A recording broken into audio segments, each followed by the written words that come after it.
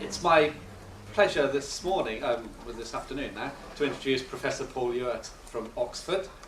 He's Professor of Physics there, but he went to Oxford in 1979, so he's been there a while.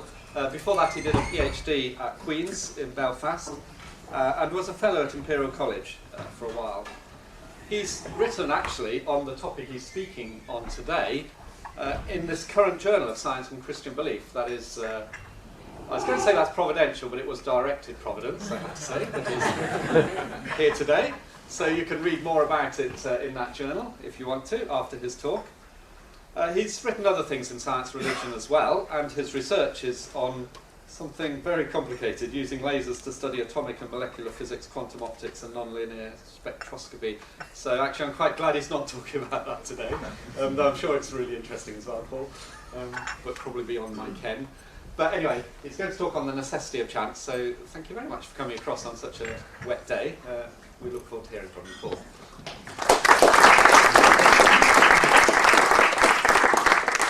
Thank you very much, Professor White, and thank you to the Institute for inviting me here today, and thank you especially for coming on such a miserably wet day. Now, this is one of the instances in which you can't rely on the weather, because above everything that tends to be a bit hit and miss, and we rely on chance and whatever it will bring. And indeed, that's generally the rule in nature, that wherever we look in the natural world we see randomness, if not even chaos from time to time, whether it's an arrangement of pebbles on a beach or leaves on a forest floor, or just the random shapes of clouds in the sky. Nature, it seems to exhibit randomness as part of its properties, but also there is underlying it a regularity. The sun rises every day, really, and sometimes you have to infer its presence because it's just slightly less black, sort of dark grey instead. But you drop a stone and it always falls. There is a regularity to nature that has been discovered by science over the last 300 years or so, by virtue of bypassing the most obvious feature of nature, in that it's random, and we try to exclude unpredictable factors from our experiments, and in so doing are able to uncover the underlying laws of nature. And so that has become a challenge to faith in God, a faith shared by many of the world's religions.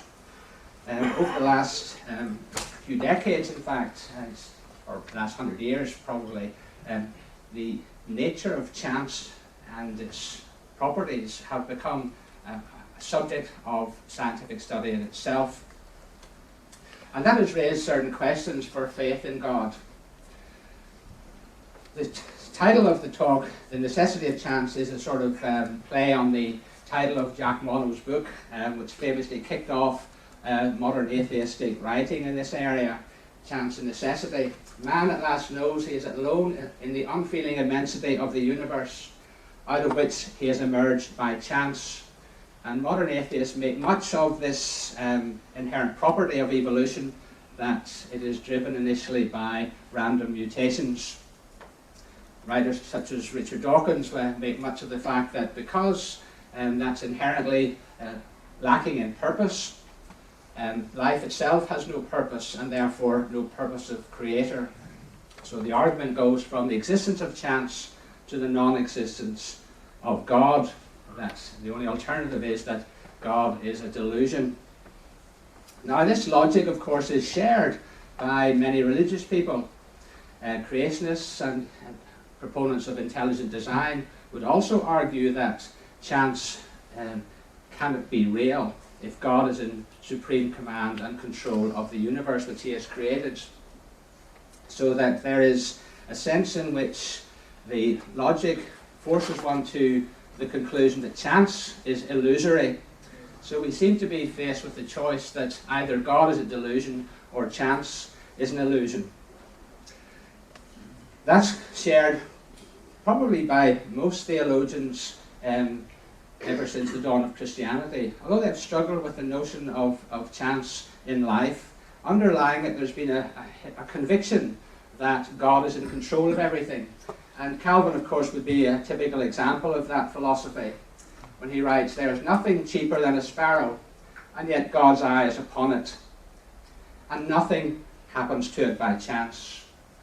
Will he, then, who looks after sparrows, neglect to watch over the lives of men?" So we have this challenge to faith. First of all, that chance indicates that there's no purpose in life, and therefore no purpose of creator. There's no God. Secondly, intelligent design would have us believe that the existence of chance per se rules out a designer God. Writers such as Dembski and Leahy have argued this case quite strongly. And then conventional theologians would argue that if chance exists, then that undermines the sovereignty of God, because by definition chance has no cause. Things which arise by chance have no apparent cause, and that means that God can't be responsible for them, and therefore he is no longer sovereign. The most acute form of this problem, of course, comes in the area of theodicy. What perhaps upsets most people is not just the existence of suffering in the world, if God has made it, but the fact that it seems so random, that illness and disasters seem to strike people irrespective of their deserts. And you often hear people say, "Why did this happen to me? What did I do to deserve this?" It's a question that has haunted people since the beginning of time. And about 20 years ago, Rabbi Kushner wrote a very famous book with the title, "Why Do Bad Things Happen to Good People?" And his conclusion was basically that things happen because God has not control over everything, and therefore that in one sense at least God is not omnipotent, and these things just happen, and we have to make the best of life. Now, even within the Jewish tradition, that view has not gone unchallenged. One of his colleagues, Rabbi Kirchner, has said that if he, that is God, is not responsible for the bad, neither can he be credited with the good. And so, in a sense, then, God becomes irrelevant to our lives. So there's a serious problem here if we admit the reality of chance. Essentially, the question for people who look at creation and evolution is, would a good creator leave anything to chance? And the implied answer is no. What I want to say today is that I believe that the answer, in fact, is a qualified yes. And that, in fact, far from chance undermining the sovereignty of God, I want to argue that there's a case for saying that chance may actually be necessary if God is to be sovereign. And we'll need to unpack that a wee bit. But first of all, let's look at the question of what we're going to look at step by step.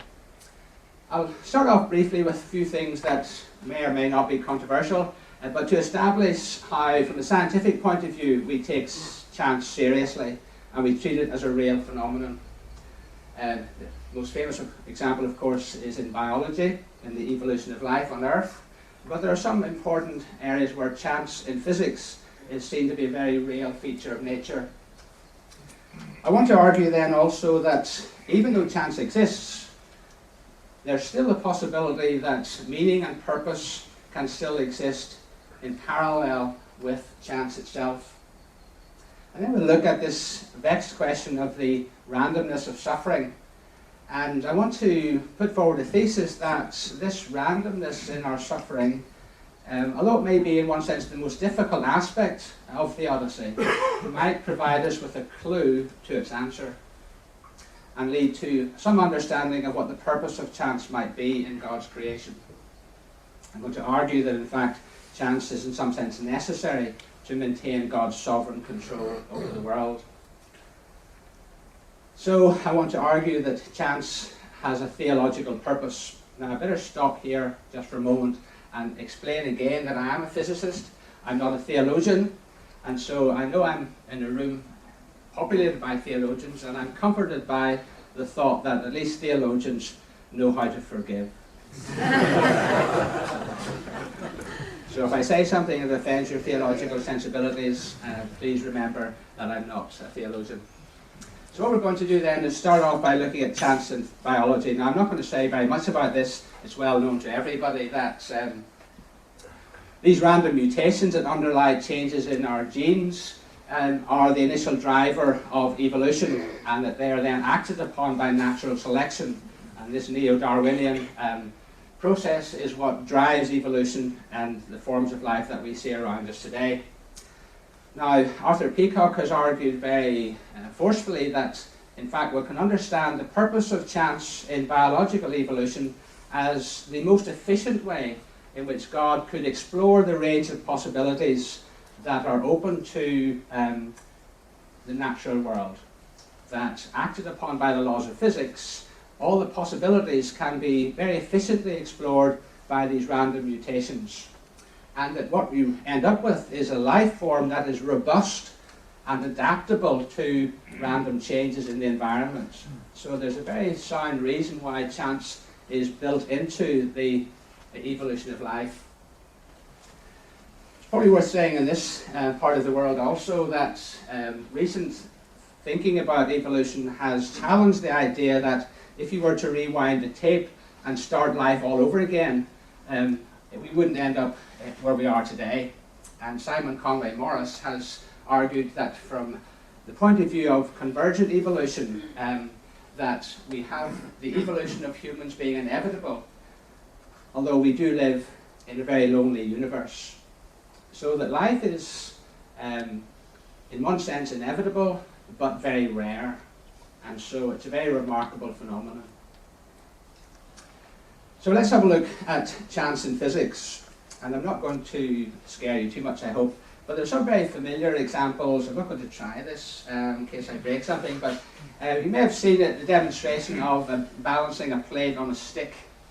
And it's possible, if you were to make this end of the stick wobble fast enough, that the point essentially traces out a larger area on which the plate can become stable. And that's a very simple example. It's not a very precise one, but it's a simple example of what's sometimes called fluctuation-induced stability. That some systems that exist on the point of instability can become stable if they're subject to random fluctuations.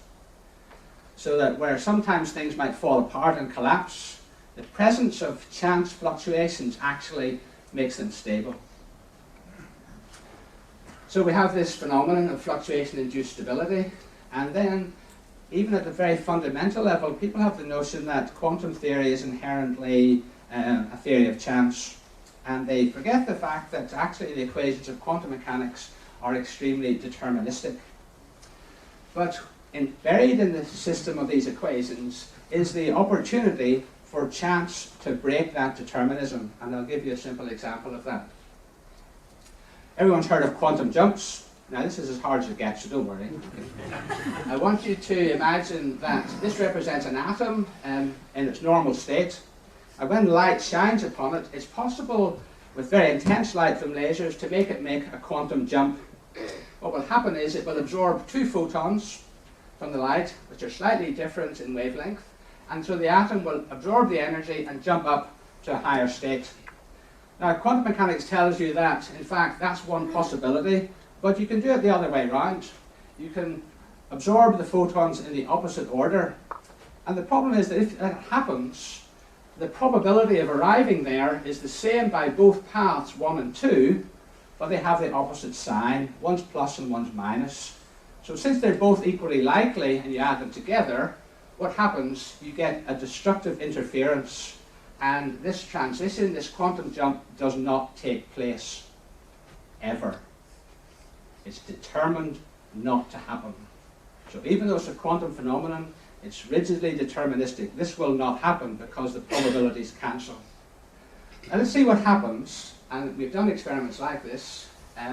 If we do the same process, but then inject a little bit of chance, a little bit of random fluctuations, and these can be either in the light waves themselves, which are sometimes noisy, or the atom can get bumped into by another atom close by and shaken about at random. And then what happens is that if they're shaking about, the transition jumps up and the interference is destroyed. And this quantum jump, this process, this resonance we call it, actually happens. So you have a kind of double negative, a destruction of destructive interference. So we have here a positive, creative effect of random chance. And your eyes are probably going funny looking at these jiggly atoms.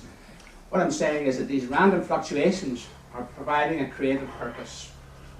So here are some examples of chance in nature.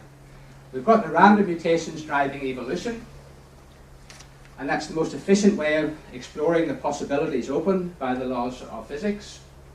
Secondly, we've seen that even random fluctuations at the quantum level can lead to a freedom from rigid determinism, so that the world in which we live is not totally determined.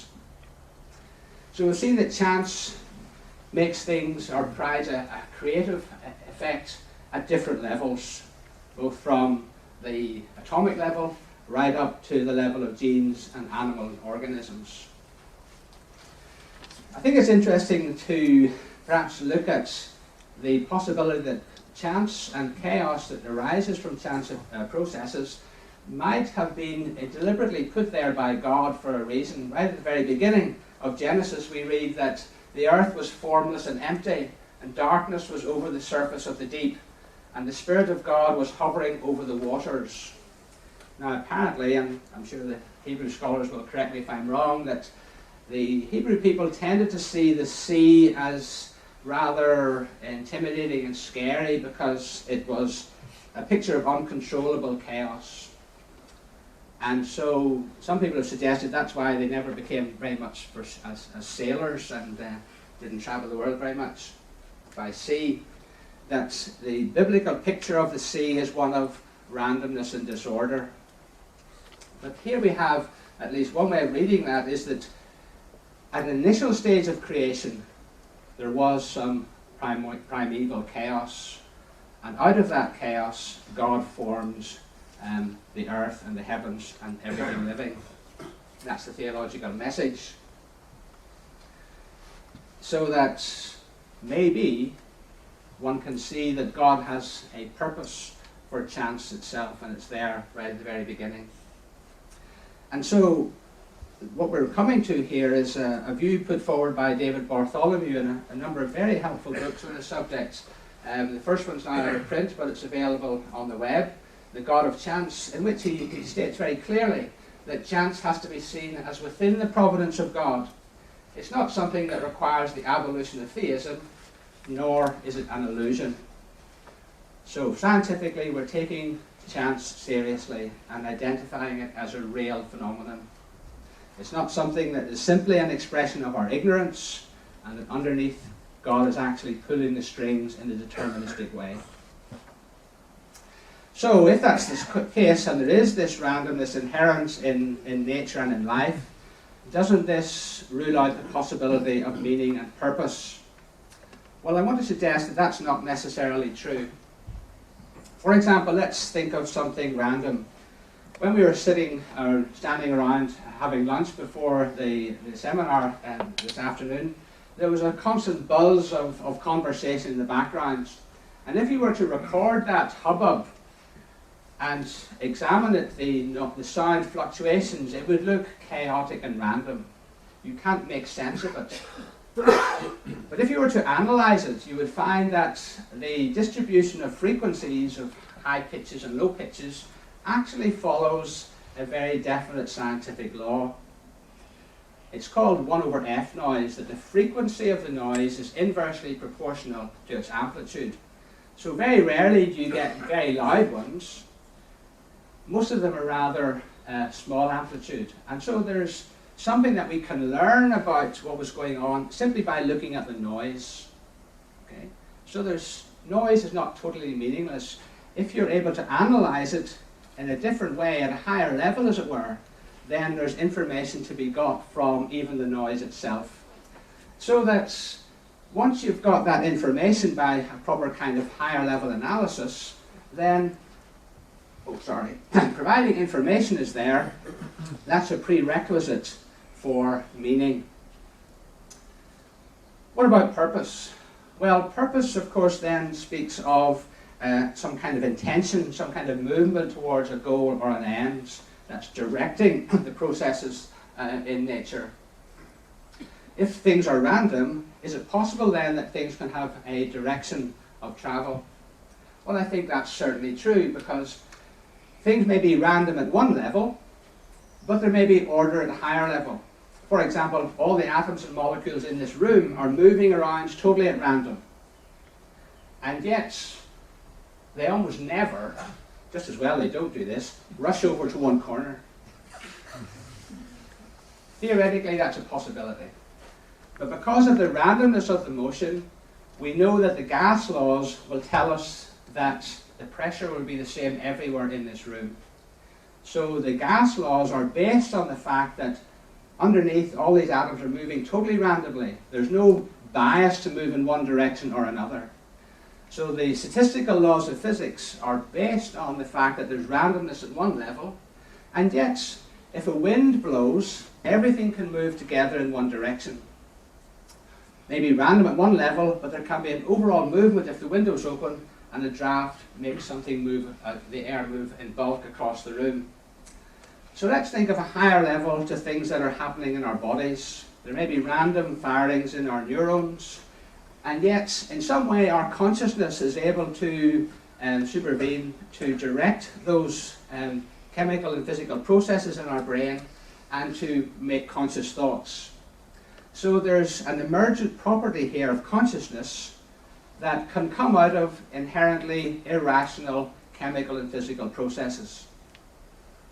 And once you have this higher level of consciousness, then there's the possibility of intention and purpose. So the minimal point I'm making here is that just because there's disorder and the operation of chance at one level, it doesn't rule out intention and meaning and purpose at a higher level. So randomness does not rule that out, that we can have meaning and purpose even in the presence of chance. So we're going to ask this question, and if chance is real, is God sovereign after all? I'm going to suggest that God is sovereign only if chance is real. And how can I get there?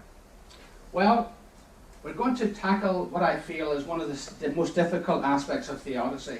That's why is suffering random?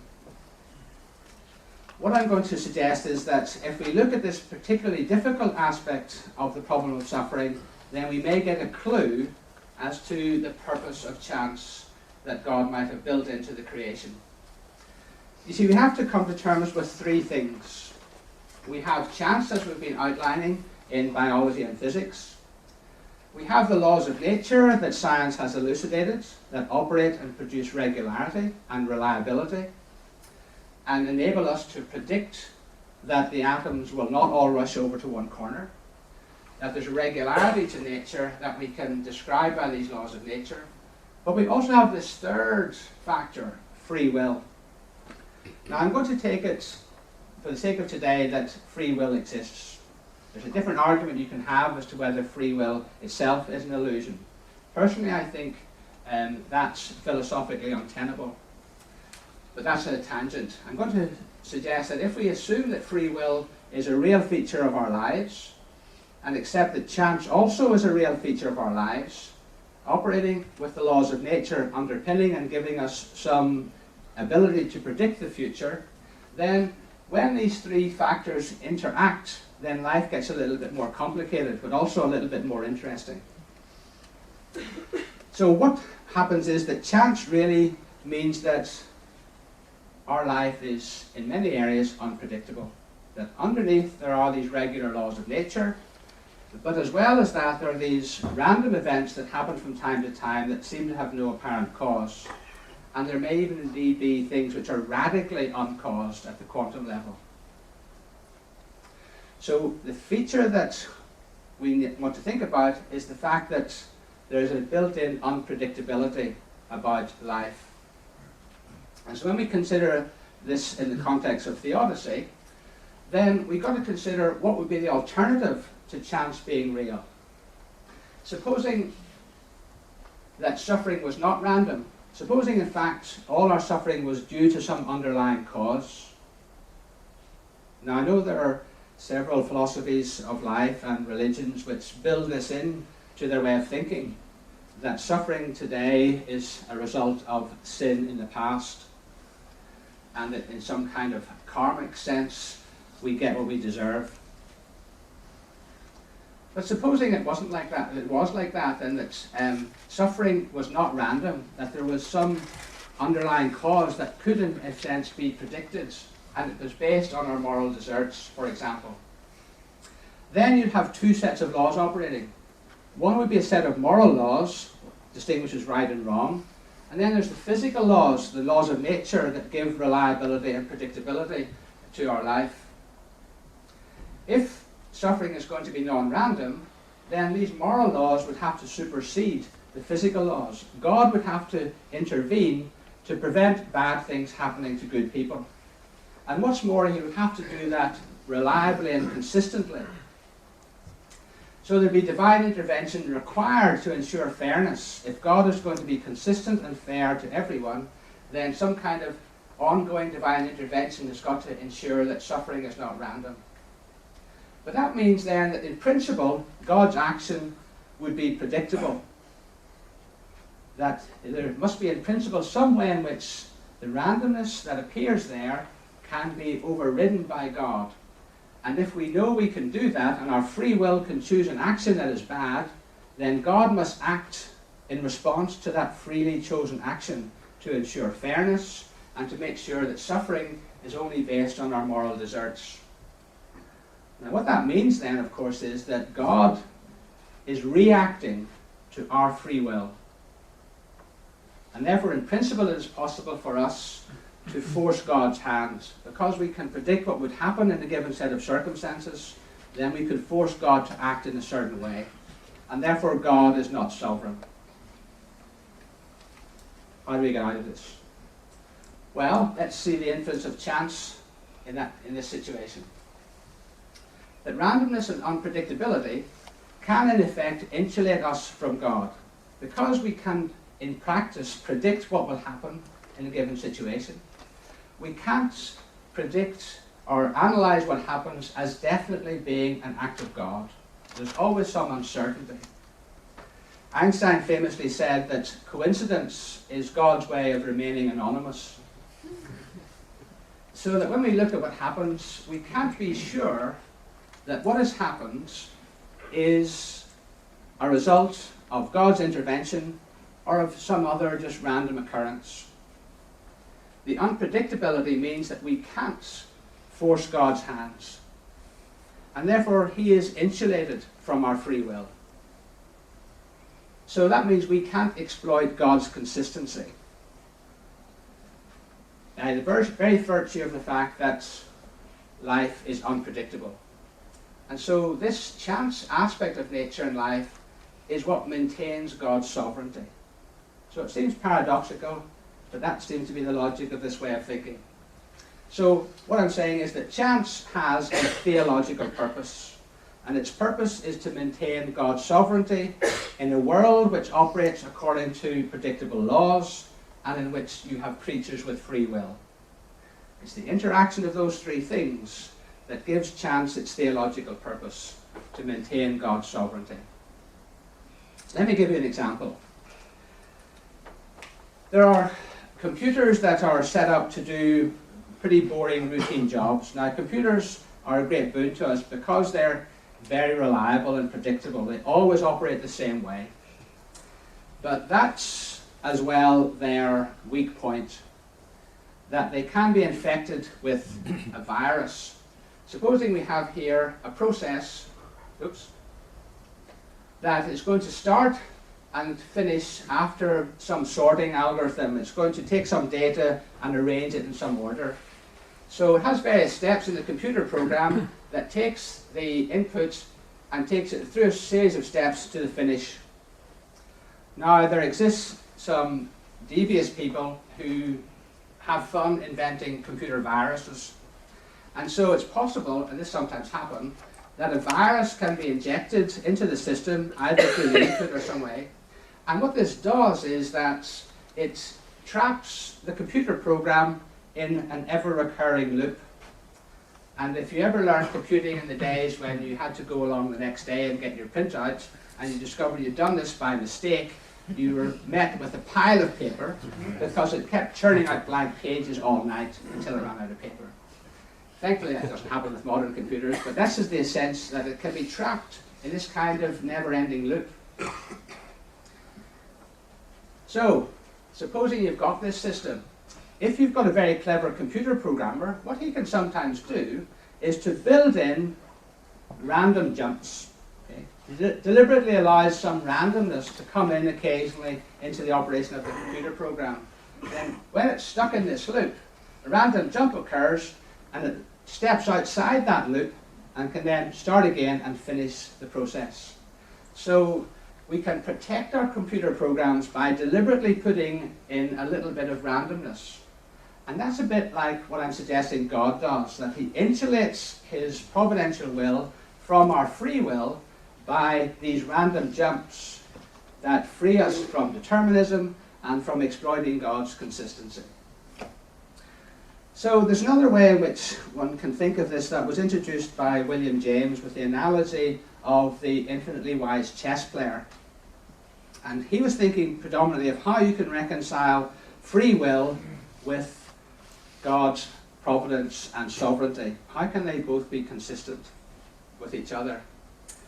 The picture he has is of you and me as novice chess players pitted against a grand master. Now, you and I can make any move on the board within the laws of the game, and we're totally free to choose our moves. But we know who's going to win the game. The Grand Master will always win. He will always be able to adapt his response to whatever we do. And in that way, William James was able to argue that free will and God's sovereign will are consistent with one another. And what I want to do is to take this metaphor, as it were, this picture of the chess player, and adapt that not just to free will, but to the random moves that occur in nature. These random events can occur, but they're not necessarily going to be outside God's control. Now, whatever happens in nature, whatever accidental ups and downs come, God can adapt his action in the world to bring about ultimately his will, but still allow us freedom of will and nature to have these random ups and downs. So, let's go back to Scripture and what Jesus was saying on this subject. And he didn't say very much. But what he did say has been built upon by Calvin and others to develop this idea that God is totally determining and meticulously in control of every feature. Every sparrow, every nucleus that decays, does so at God's will. When we actually look at what Jesus said, he says, "Are not two sparrows sold for a penny? And not one of these will fall to the ground without your Father knows or wills." Both words are sometimes put in there to finish the sentence in the English, but they're not there in the Greek. Somebody will tell me if that's right or wrong. But I looked this up in a book. And what word you put there must be determined to some degree by your views of God's sovereignty and providence. If a sparrow falls to the ground at God's will, then he's in control of that happening. If it falls to the ground with God's knowledge, then we can look upon it slightly differently. That God is there with the sparrow as it falls. He's with you and with me when we fall. So that there is freedom for chance things to happen, and yet God is still there with us. When I was teaching my children to ride a bicycle, I started off by holding the saddle behind the child as they went along. And then gradually, as they encountered these bumps and hollows in the road and learned to cope with the bumps themselves, I loosened my grip. But I kept my hand there. They didn't want me to be there, they wanted to ride on their own. But until I was sure, I kept my hand an inch or two below the saddle, so that if they did fall at a random bump, I could catch them. And perhaps this is a picture of the way God deals with us, with the random ups and downs in life, that they are allowed to happen, and through them we learn, and we develop and we grow. that God has made us as part of a process in which we grow into the likeness of himself. That we are made in his image, but there's a process by which we grow into his likeness. And part of that growing process is coping with unpredictable events in life, the good and the bad. And they have to be genuinely free and open. There is no inbuilt bias so that one person is chosen to suffer more than another. So this aspect of God's sovereignty is redefining sovereignty away from a rigid determinism to one in which God's overall purpose for us can be worked out within a context where randomness and chance operates. Now this goes against the famous dictum of Einstein that God does not play dice. But I want to do a little bit of speculation here. Einstein himself never really came to terms with quantum theory, which was inherently to him incomplete. He sensed that there was something missing in quantum theory, and what was missing was an underlying determinism. He felt that God, however he or she might be understood, would not make a world like that was random and fitful. And so Einstein had a very deterministic outlook. He said everything is determined by forces over which we have no control. It is determined for the insect as well as for the star. Human beings, vegetables, or cosmic dust. We all dance to a mysterious tune, intoned in the distance by an invisible piper. I'm going to speculate that this idea that Einstein had and shared with many people, that our lives are totally determined ultimately, made it difficult for him to believe in a personal God. When you read what he said on many things, you get a sense that he had a sense that there was a spiritual reality out there, but he could not or would not identify it in a personal way. Because to do so would have meant that that God was responsible for the evil in the world and the suffering. And that's what he found difficult to reconcile. He found the idea of a personal God quite alien to him and seemed even naive. And I suspect that perhaps the problem was that he couldn't reconcile a God who was in control of every detail and yet allowed suffering to occur. Perhaps if he had realized that there was an element of chance there and of unpredictability, that things weren't totally determined in quite the way he had hoped, that there was a place there for a personal God who could interact with us in the ups and downs of life. So that we come to a different idea of God, one in where we see God as interacting in a dynamic way with the world. And this has been articulated by a number of recent writers in theology, John Sanders prominent amongst them, who says that God has the love, the wisdom, the perseverance, and the power to deal with any situation that arises as God carries out his creational project. This idea has come to be known as open theism and sees God interacting with us as the future unfolds when everything is not totally predictable, but that God is great enough to respond to whatever happens and to effect his will. So I'm coming to the conclusion here, but I want to just draw things together.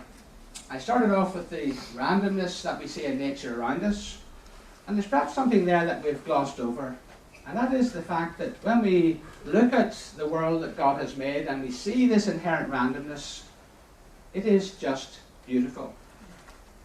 That without that randomness, the world would be a very much more boring place. That there's a sense in which the regularity is modified by the randomness, and it creates a restfulness to our spirits.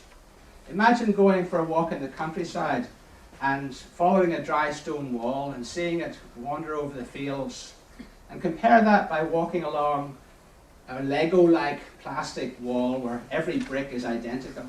It just wouldn't be the same. So there's an aspect of beauty and our appreciation of it that relies upon just the right amount of randomness.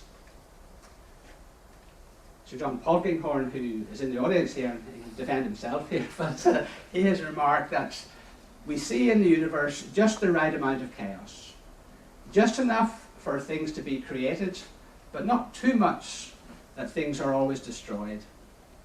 And I want to suggest that this aspect of there being just the right amount of chance in nature is another aspect of fine-tuning. If there was too much chance, then everything would get randomized and destroyed. If there wasn't enough, then no new things would be created. So we have this fine balance, and chance plays an important role. So we have this in conclusion, that chance in nature has a creative purpose. It drives evolution, and it frees us from determinism.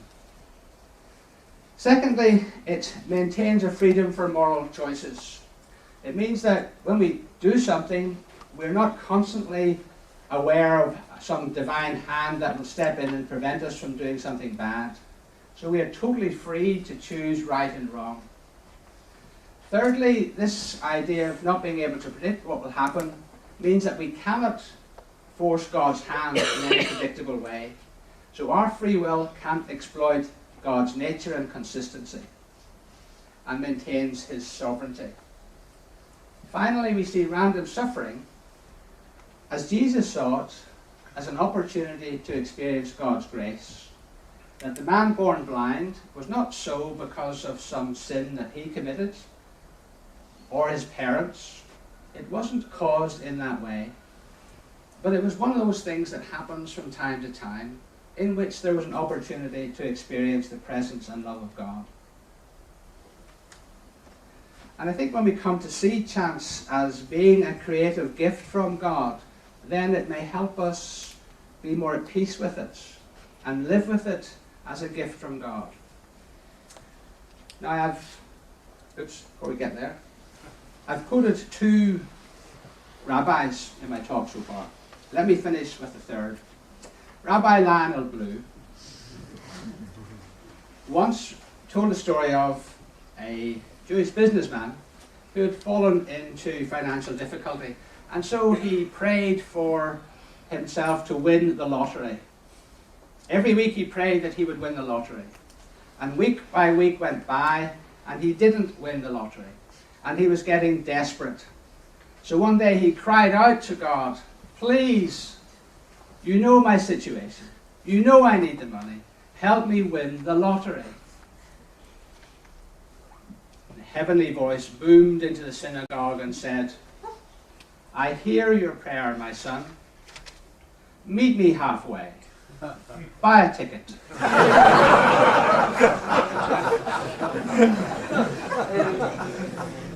So I'll open the floor for questions.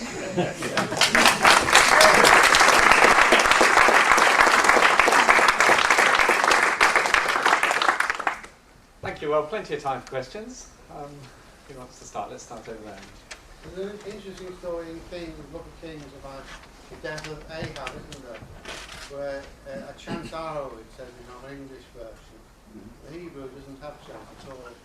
But the implication is that this chance arrow just happened to penetrate the armour of King Ahab. But to the writer of the Chronicles, it was providential, because it had been foretold that he was going to die and his blood was going to be lapped up by the dogs of the land. And it's a matter of interpretation. The Hebrew didn't see randomness, but our translators saw it in terms of randomness. Yes, that's you brought some of those points out today. Thank you very much. Yeah, thank you. I think that's an interesting point, because if I understand it correctly, the Hebrews were essentially deterministic. They did sense that God was in control of things at a very fundamental level, and yet they were aware that chance was real. I think if we look at Ecclesiastes, the race is not to the swift, nor the battle to the strong, nor does food come to the wise, or wealth to the brilliant, or favour to the learned. So there. But time and chance happened to them all. So there's a sense in which they were open to this sense of chance happenings. But you're right, it depends on the perspective, what the theological message that the writer wanted to put into that event, and I think that's probably a recurring theme in the interpretation of history in the Old Testament. Rodney was there. Thank you very much. I quite like the image of the chess grandmaster having been a chess player, but I think what I would like to ask is how God makes his move. Do you think, as David Bartholomew thinks, I think that it is just through interaction with human beings, in prayer and so on, or does God do things within the natural world in order to make his move, so to speak? That is a big question. I mean, the whole question of divine action in the world is something that I've not addressed here at all. And I don't have the answer to that. To be honest, I don't know how my mind makes my arm move. Okay. But something which is non-physical is causing some action in the physical world. That there is some way in which it happens. And I don't know how God does it. And so I really can't answer that question.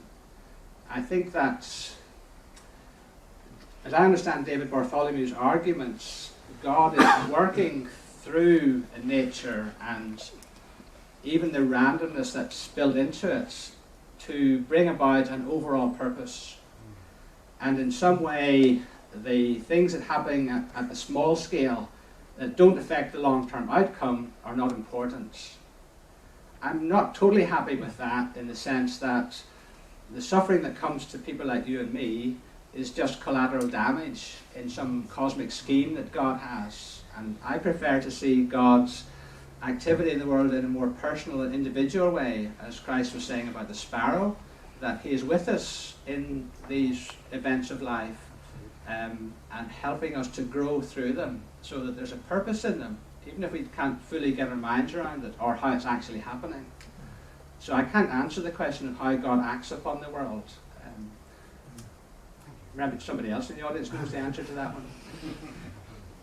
Actually, an interesting point was made at the last seminar, talking about Newton, that because he had this concept that God's mind could make things happen, it was possible for him to formulate his laws of gravity, because God could make these two things happen even though there was no obvious way of connecting them. So actually it was interesting influence of that theological viewpoint on his wonderful physics, Right. which took a step other people didn't take. Yes. Yeah, interesting. Now some more questions over here, Jim. I'm trying to understand your idea of if people do something that makes God respond, God is then not sovereign. To me that seems like the same logic as saying that if a government sets a law that if you steal something you go to prison for 6 months, if somebody then steals something and the government puts that person in prison for 6 months, the government's not really in charge. That doesn't seem right to me. It seems like the fact that they respond is a sign that the government is in charge, and that if you say that the government is going to hide its action, then actually the government's not acting like it's in charge, it's exactly not sovereign. So, I take the point, and perhaps I need to refine it a little bit by saying that certainly God responds to our actions. That's obviously, if he didn't, then when we pray we're wasting our time, for example. So that there is a sense in which God does respond to what we do. But it may be that he has the freedom to respond in a way that we can't predict. So we can't force God to act in a particular way. And so he is free to allow us our free will, but also to act because we can't predict what will be the consequences of any action that we take. We can't discern whether that's going to lead God to do A or B. And therefore we can't force God to do A and not B. can I respond? Yes, does that answer your That seems like you're concern? responding by saying that the chance in God's response is actually a result of God's freedom, not of chance in the created order. So I don't see how that quite fits in with your argument that you made before, because this is, I mean, you're responding by saying God can do whatever he likes in response, and that's true, but that's a different thing than saying that the chance arises out of the created order. Well, I think that if we're not careful, we begin to see chance as an active agency, okay? And I don't want to say that, because chance is a number of underlying aspects of it. It can just be because we don't know what's going to happen, an expression of our ignorance. Or it could be radically unpredictable, like a quantum event, okay, which has no cause according to quantum theory. Einstein disagreed with that. He always was trying to see an underlying cause. Okay. So I'm using chance in the sense that there is no discernible cause for what's happening, and therefore we can't control it. But no discernible cause is very different than no cause. It is, but we can't tell the difference most of the time. It's actually, people have looked at, for example, quantum chaos. It's remarkably difficult to find an example of quantum chaos that's unambiguously quantum in aspect. But all I'm saying is that the important thing is the unpredictability of it. And that's, in practice, what governs our behavior. First, yes. You jump back, yeah. Yeah, No, here, sorry, we'll go to the back later. Sorry, you're in the red jumper. Sorry. At the beginning of the talk, you mentioned how weird is the phenomenon of life, of evolution, and at the end, you showed to us how chance is required for beautiful things to happen. Would it be this an anthropocentric view of the world? You mean that it just happens to be beautiful to us? Yeah. And it's not beautiful to God, you mean? Well, this led me to another question, because I still don't understand how God will be necessary if we experience chance. I mean, how can we conclude that God is God is behind chance or above chance or is the cause of chance? Oh, what yes. is the link? Well, there isn't one, okay? I'm not arguing that because chance is there, therefore God exists. What I'm saying is that you cannot say because chance is there, God does not exist. Which is not the same thing. Let's go to the back, yeah. I'm just trying to close a circle here in my mind, a mental circle. On the one hand, on the one level, we embrace chance, the necessity of chance, the creativeness of chance, and the neutrality of chance. But then we make a judgment about the outcomes of chance, and we act to mitigate. If we see suffering on a large scale or small scale, we will make an action which will try and mitigate the outcome of that chance and try and make someone better or prevent, destruction or something. So that then, in my mind, leads me to think: what about the authorship of chance? So people have often in the past, people have gone out and they've tried to cure evils that have arisen in the world. So are we talking about two different levels here? Are we saying that there is chance, but how do we square that with good and bad? And you see, I'm maybe not making much sense, but I think it's maybe because of the confusion of seeing chance as a proactive factor, when it's perhaps better to see it as the absence of such factors and God allowing things to just happen. Okay? So he's giving a certain degree of freedom to nature as well as he gives us freedom of will.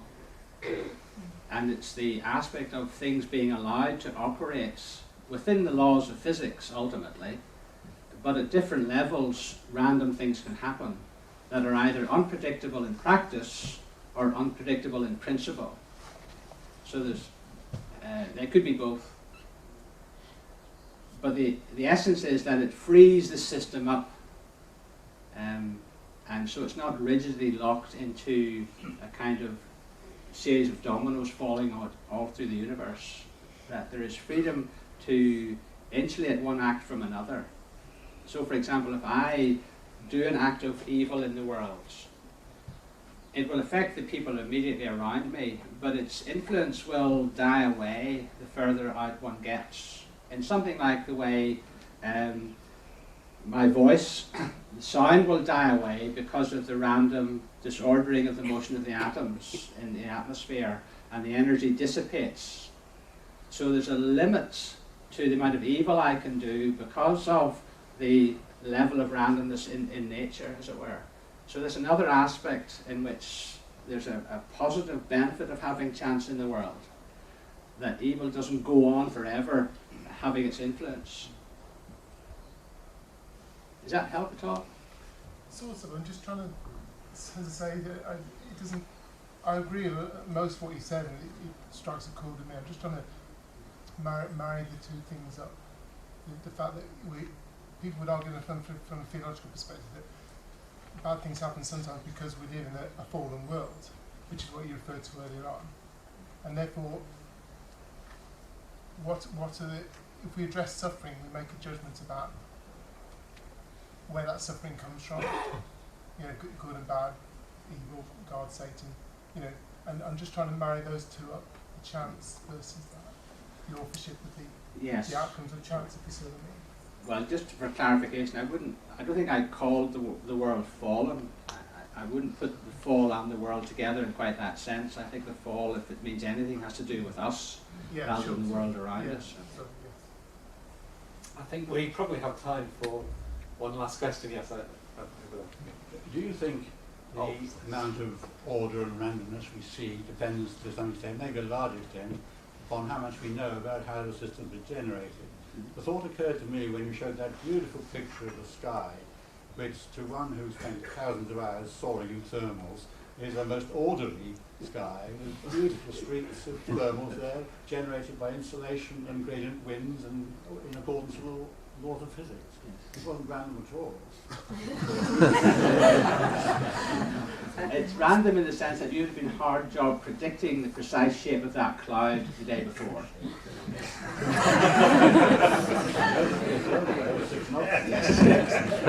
As we all know from weather forecasts, so I must say today's weather forecast was very accurate with the forward rate, but it's stopped now. So I think that's probably a good note on which to draw stumps. I'm sure Paul will be here a little while longer, if you want to come and talk afterwards.